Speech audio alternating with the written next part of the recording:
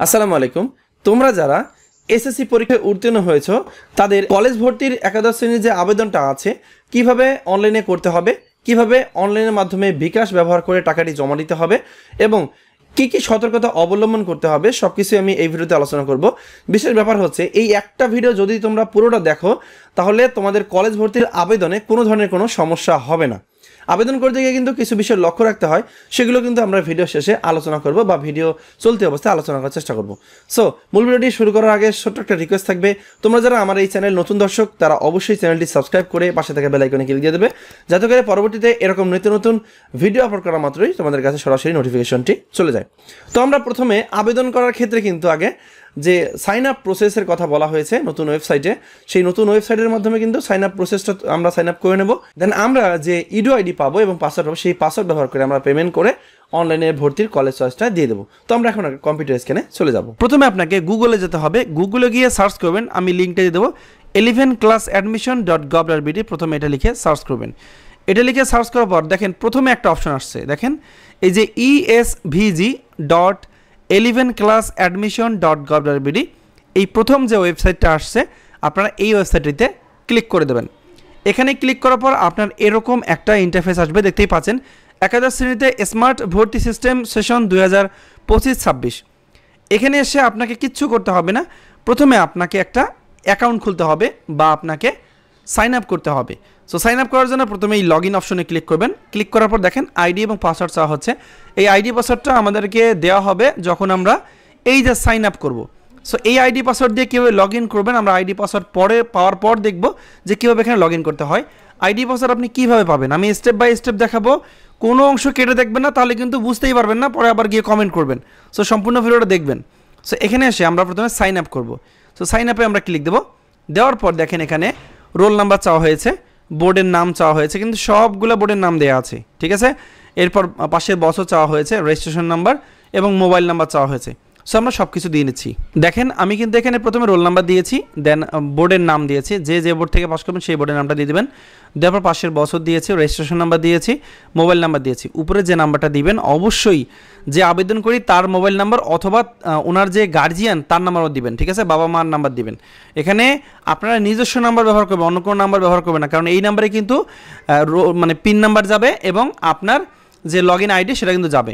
So এখানে একটা কথা বলা আছে, দেখেন সমস্ত তথ্য অবশ্যই সঠিক হতে হবে, বিশেষত মোবাইল নাম্বারের স্থলে আপনার নিজের অথবা ঘনিষ্ঠ কারো মোবাইল নাম্বার ব্যবহার করুন, কেননা মোবাইল নাম্বারে এসএমএসের মাধ্যমে আপনার অ্যাকাউন্টের পিন পাঠানো হবে। লক্ষণীয়, একই মোবাইল নাম্বারে একাধিকবার ব্যবহার করা যাবে না, মানে একটা মোবাইল নাম্বার আপনি দুইবার আবেদন করতে ব্যবহার করতে পারবেন না। সো এখানে আমাদের আর কিচ্ছু করার নাই, জাস্ট আমরা এই টিক মার্কে ক্লিক করে দেবো। ক্লিক করে দেওয়ার পর আমরা এই যে সাইন আপ বাটনটি আছে সাইন আপ বাটনে ক্লিক করে দেবো। ক্লিক করার সাথে সাথে কিন্তু দেখতে পাচ্ছেন আমাদের কাছে এখানে বলা আছে লগ ইন করুন, আপনার সাইন আপ সফল হয়েছে, আপনার ইডো আইডি, আমাদের ইডো আইডি চলে আসছে এবং আমাদের পিন নাম্বার চলে আসছে। এই ইডো আইডি এবং পাসওয়ার্ড কিন্তু আপনার যে মোবাইল নাম্বারটা দেওয়া হয়েছে সেই মোবাইল নাম্বারও কিন্তু এসএমএস আকারে পাঠানো হবে। সো এই দুটো যে কোনো একটাভাবে আপনাকে যে করে হোক আপনাকে এই ইডো আইডি এবং পাসওয়ার্ড পাঠানো হবে। এটি যত্ন করে সংরক্ষণ করুন, এটি ব্যবহার করে লগ ইন করে আপনার আবেদনে অগ্রসর হন, মানে এটি মানে ব্যবহার করে আমাদেরকে লগ ইন করে আমাদেরকে আবেদনটি করতে হবে। সো আমরা যে ইডো আইডিটা পেয়েছি এবং যে পাসওয়ার্ডটা পেয়েছি সেই ইডো আইডি পাসওয়ার্ড দিয়ে আমরা এখন লগ ইন করবো। তো দেখেন আমি ইডো আইডি দিয়ে নিলাম, এরপর আমাদেরকে পাসওয়ার্ডটা দিতে হবে। সো আমি পাসওয়ার্ডটা দিয়ে দিলাম, এরপর আমরা লগ ইন বাটনে ক্লিক করে দেবো। লগ ইন বাটনে ক্লিক করার পর কিন্তু আমাদের এরকম একটা ইন্টারফেস আসবে। দেখেন এখানে কিন্তু আবেদনকারীর প্রোফাইল চলে আসছে, এখানে আবেদনকারীর নাম চলে আসছে, তারপরে ইওর স্ট্যাটাস নট অ্যাপ্লাইড, মানে আমরা এখনও তো আবেদন করি না, আমরা কেবল ঢুকলাম এখানে। সো এটা প্রথমে এই অপশনটুকু আমি আপনাদেরকে একটু পরিচিত করে দেবো। তো এখানে দেখতে পাচ্ছেন যে আবেদনকারী তথ্য, সো যার আবেদন করব তার কিন্তু এখানে ইডো আইডিটা চলে আসছে, আবেদনকারীর নাম, পিতার নাম, মাতার নাম, লিঙ্গ, আবেদনের অবস্থা, আমরা আবেদন যেহেতু জমা দেই নাই এখনো, সো এটা এখনো আসে নাই, ঠিক আছে। সো একজন আবেদনকারী যাবতীয় তথ্যগুলো কিন্তু এখানে দেওয়া থাকবে। নিচে আরও কিছু তথ্য পাওয়া যাবে, যেমন পেমেন্টের অবস্থা, আমরা এখনো পেমেন্ট করি নাই, সো এগুলো না দেওয়া আছে, নির্বাচনের অবস্থান দেওয়া আছে এবং এসএসসি তথ্যগুলো দেওয়া আছে এখানে, সো এগুলো আমি হাইড করে রেখেছি, এগুলো গুরুত্বপূর্ণ তথ্য। সো এখন বাম পাশে কিছু অপশন আছে, যেমন আমার প্রোফাইল, কলেজ অনুসন্ধান এবং আবেদন। সো আমরা যেহেতু আবেদন করব, সো আমরা এখান থেকে জাস্ট আবেদন এখানে ক্লিক করে দেবো। দেওয়ার পরে এখানে আবেদন ফি জমা দিন, আবেদন করুন এবং আবেদন দেখুন। প্রথমে কিন্তু আমাদেরকে আবেদন ফি জমা দিতে হবে। সো আমরা আবেদন ফি জমাদান করব, দেন আবেদন করুন বাটনে ক্লিক করে আবেদন করব, দেন আবেদন দেখব। সো আমরা আবেদন ফি এখন জমা দিচ্ছি। সো আমরা এখন আবেদন বাটনে ক্লিক করব, আবেদন ফি বাটনে। যাই হোক, সো এখানে আসার পর কিন্তু আমরা এই যে টাকা আমরা কিসের মাধ্যমে জমা করব। সো যেহেতু আমি বিকাশের মাধ্যমে কিভাবে জমা করতে হয় সেই বিষয়টা দেখাবো। সো আমরা জাস্ট এই যে সোনালী ব্যাংক পিএলসি এই অপশনটিতে ক্লিক করে দেবো। এখানে ক্লিক করার পর কিন্তু আমাদের কাছে এরকম একটা ইন্টারফেস আসবে।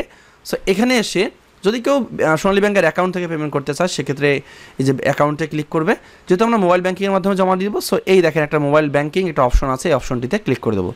দেওয়ার পর কিন্তু এইখানে আপনি নগদ, বিকাশ, রকেট, উপায়, সেলফিন, ট্যাপ, তারপর ওকে ওয়ালেট সহ আরও কিছু অপশন ব্যবহার করে কিন্তু টাকাটি জমা দিতে পারবেন।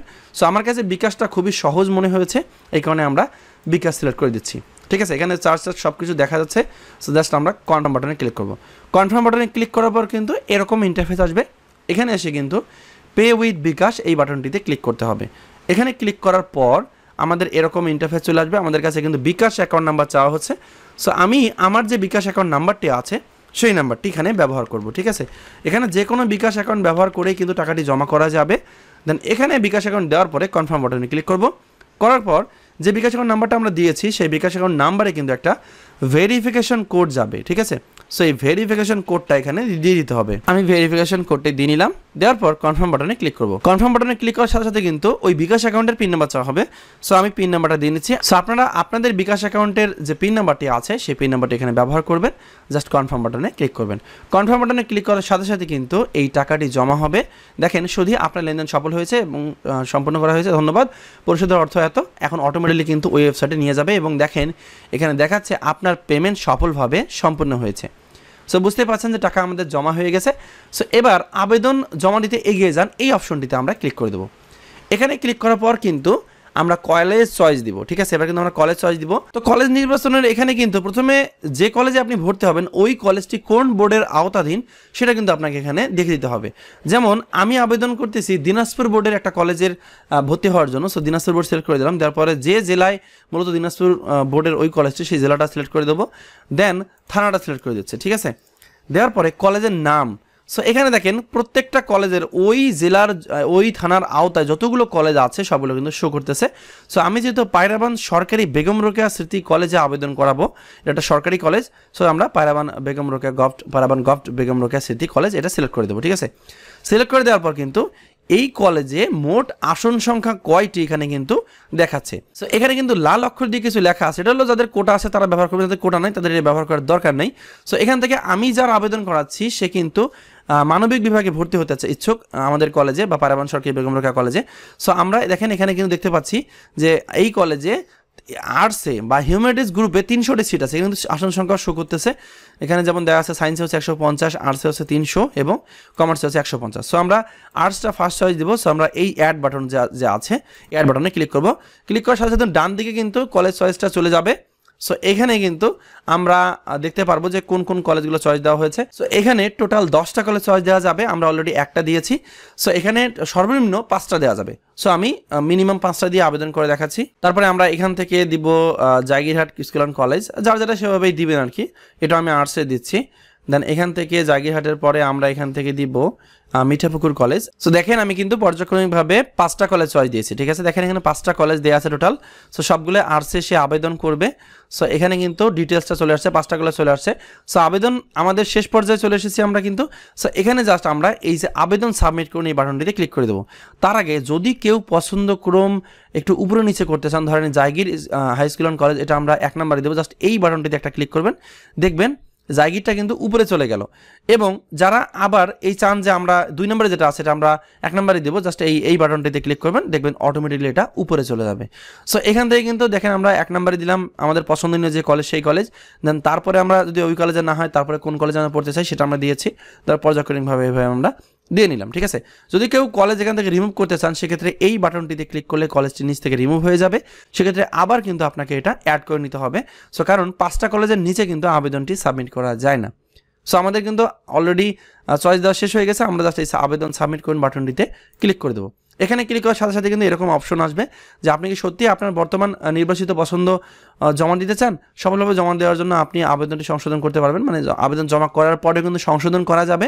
সো আমরা এগিয়ে যান বাটনটিতে ক্লিক করে দেবো। এখানে ক্লিক করার সাথে সাথে কিন্তু দেখবেন যে আবেদনটি সাবমিট হয়ে যাবে এবং আমরা এখানে ঠিক আছে বাটনটিতে ক্লিক করে দেবো এবং আমরা এখানে দেখতে পারবো যে আমরা কোন কোন কলেজটা চয়েস দিয়েছি। দেখেন এখানে কিন্তু একদম সবগুলো কলেজ শো করতেছে, প্রথমে কোন কলেজ দেওয়া আছে, দ্বিতীয়তে কোন কলেজ দেওয়া আছে এবং তৃতীয়তে কোন কলেজটি দেওয়া আছে, এখানে কিন্তু A to Z শো করতেছে। তো বন্ধুরা এই ছিল এইচএসসি প্রথম বর্ষের ভর্তির অনলাইনে কিভাবে আবেদন করতে হবে, কিভাবে টাকা জমা দিতে হবে, আমি A to Z প্রসেসটি দেখিয়েছি। সো এরপরে যদি কারো কোনো প্রশ্ন থাকে তাহলে অবশ্যই কমেন্টে জানাবা। আর একটা বিষয়, যদি কারো পছন্দ করেন, ধরেন একবার চয়েস দিয়ে ফেলছেন, এরপর চয়েস পরিবর্তন করতে চান, তাহলে অবশ্যই কমেন্টে জানাবেন, আমি সেটা নিয়ে পরবর্তীতে একটা ভিডিও তৈরি করার চেষ্টা করব। তো আজকের ভিডিও এ পর্যন্তই, ধন্যবাদ সবাইকে, ভালো থাকবেন সবাই, আসসালামু আলাইকুম।